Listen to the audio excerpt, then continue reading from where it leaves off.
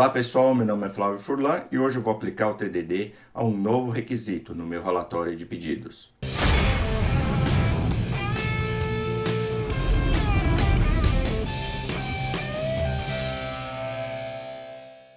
Então imagine que você receba um novo requisito aqui no papel de pão do seu funcional querido, que diz o seguinte, vamos lá. Uma ordem de compra não pode receber produtos com preço, que está escrito aqui? Igual ou menor do que zero. Uma ordem de compra não pode receber produtos com preço igual ou menor do que zero.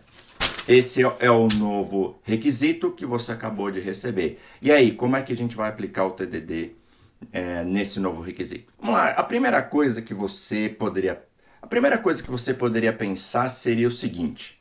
Tá, olhando aqui o meu modelo, é uma validação que eu tenho que colocar no meu produto. Então, toda vez que eu for criar um novo produto, eu coloco uma validação se ele tem preço menor ou igual a zero. Certo? Qual é o problema disso? Se eu colocar a validação no produto, eu estou dizendo que a minha entidade produto, ou seja, todos os produtos que eu criar dali para frente, eles vão ter que seguir essa regra. Agora imagine que você esteja em uma outra situação em que essa regra não seja válida. O que vai acontecer com a sua classe produto? Ela não poderá ser reutilizada. Então, quando você começa a colocar muitas especificidades na sua classe, ela acaba ficando difícil de ser reutilizada. Mas não é por isso que eu vou tirar essa funcionalidade da classe produto. Eu não vou colocar essa funcionalidade lá, essa validação, porque eu não considero que seja uma regra de negócio da classe produto. Não é uma coisa inerente à classe produto. Se você olhar especificação funcional, ele está falando que uma ordem de compra. Sendo assim, essa regra, na minha opinião, precisa ser implementada na classe Purchase Order. Além do mais, a requisição especificada diz que é na hora que eu vou adicionar um produto à minha Purchase Order. Então eu vou implementar não só na Purchase Order, mas especificamente no método Add Item. Vamos lá, vamos começar então a escrever os testes.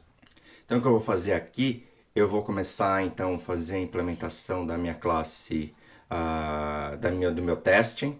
Então eu vou criar aqui um teste chamado should not have a price zero less. Essa implementação desse teste apenas eu vou criar um novo produto com unit price zerado. Faço a adição dele na minha purchase order.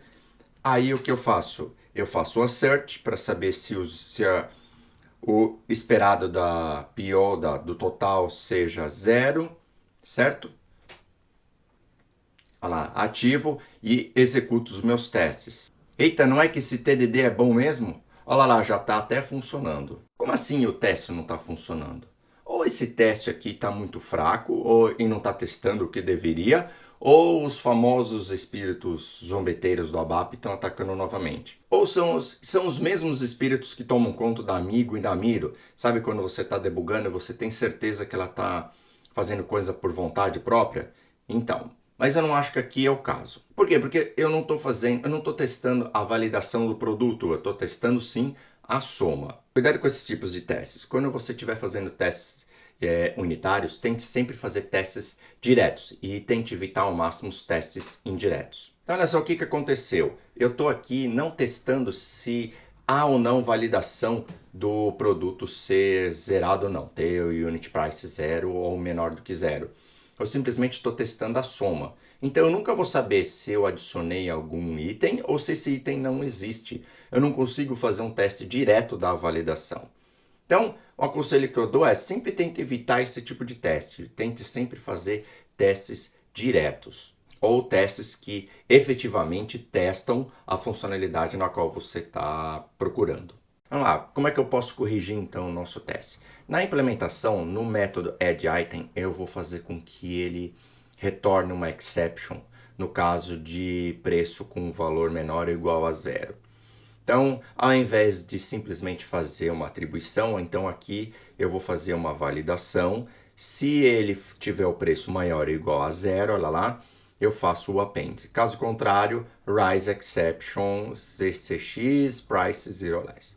tá? Essa classe de exceção eu criei, tá bom? Então, se você olhar essa classe, simplesmente uma classe de exceção, eu não coloquei nada de específico nela. Eu também tenho um vídeo onde eu explico como criar classes de exceção no ABAP. Você pode conferir aí no link da postagem. Aí o que acontece? Eu preciso mudar um pouquinho o meu teste. No meu teste unitário, agora eu não testo mais a soma, eu simplesmente testo se acontece exception. Então, por exemplo, se eu tento criar o meu objeto e ele dá uma exception, o objeto não foi criado. Então eu testo se o objeto não foi criado, eu assumo então o que aconteceu? Aconteceu uma exceção e hoje a única exceção que eu tenho lá é a exception de preço menor ou igual a zero. Então eu testo se tem exception. Se você ver agora, olha lá, vou ativar e aí executo o teste, agora o teste passa.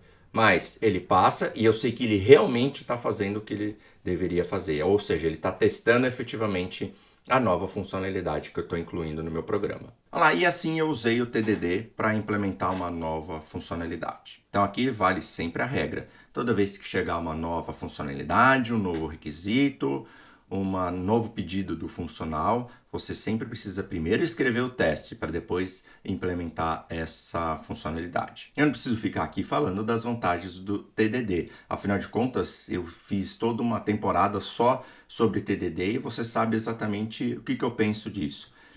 Quando você aplica o TDD, ele vai te ajudar a entender melhor aquela nova funcionalidade. Isso daí te deu apenas uma ideia de como fazer essa implementação. Se você não viu a minha temporada sobre TDD, está aí na descrição do episódio. São uma série de vídeos bem interessantes, na qual eu me baseei no livro do Maurício Onitti.